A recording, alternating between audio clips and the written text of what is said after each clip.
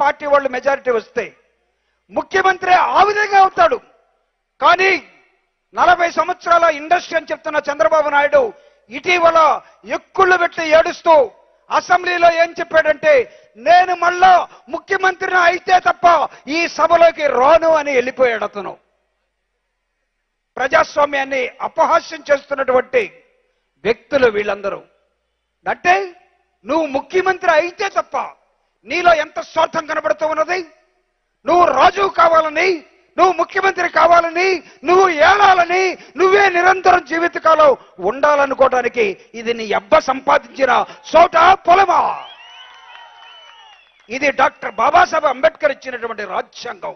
ఒళ్ళు దగ్గర పెట్టుకోండి, రాజ్యాంగాన్ని చదువుకోండి. 40 years ఇండస్ట్రీ నాలుగు గీసుకోవటానికా, ముడ్డి గడుక్కోవటానికా? What for? You must understand before you talk what you are talking. Don't try to talk nonsense. We are here to question. రాజ్యాంగాన్ని తెలిసినటువంటి వ్యక్తులుగా మాట్లాడటానికి మేము ఇక్కడ ఉన్నాం. ఏ అసెంబ్లీలో ఏడ్చిపోతే ఈ బోడి వాళ్ళు పోతే ఇంకొకటి రాడా? రాజశేఖర రెడ్డి గారు మరణించిన తర్వాత ఈ రాష్ట్రంలో ముఖ్యమంత్రులు రాలేదా? పరిపాలించలేదా? రోసయ్య రాలేదా? తర్వాత ఇంకొకరు రాలేదా?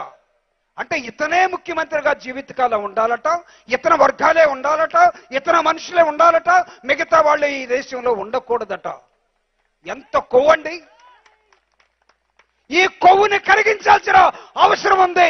మీ ఓటు హక్కుతోటి ఓటున్న వాళ్ళు గట్టిగా ఒకసారి చేతులెత్తి ఇలాంటి వాళ్ళందరూ కూడా ఈ కేటుగాళ్ళకి కొవ్వున్న వాళ్ళని కొవ్వు తీస్తామని చెప్పాల్సిన అవసరం ఉంది. What is a secret weapon? ఇది వేరే వాడిని బెదిరించడానికి కత్తిలాగా జేబులో పెట్టుకునే కత్తి కాదు. లేకపోతే ఇదిగో గన్మెన్ లాగా ఒకవైపు గన్ను చూపిస్తూ తిరిగేది కాదు. What is a secret